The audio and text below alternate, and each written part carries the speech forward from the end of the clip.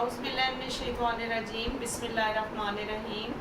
अस्सलाम वालेकुम व्यूअर्स, कैसे हैं आप सब? उम्मीद है आप सब ठीक होंगे। आज आपसे ये बात कहना चाह रही हूँ कि आप लोगों ने कभी इस चीज़ का ख्याल किया है, कभी ये चीज़ सोची है कि अल्लाह ताला ने हमें पैदा किया, हमें बनाया और हमें सर से पाँव तक सलामत रखा। ये उस ज़ात का शुक्र है, उसने हमें बहन भाई अजीज़ व अकारीब दुनिया की हर नेमतों से नवाजा।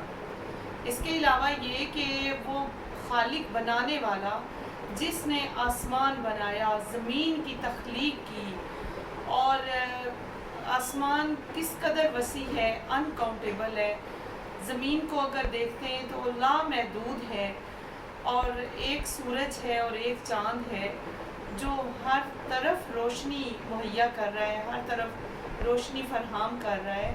तो हमें उस मालिक का, उस कायनात के खालिक का शुक्र अदा करना चाहिए।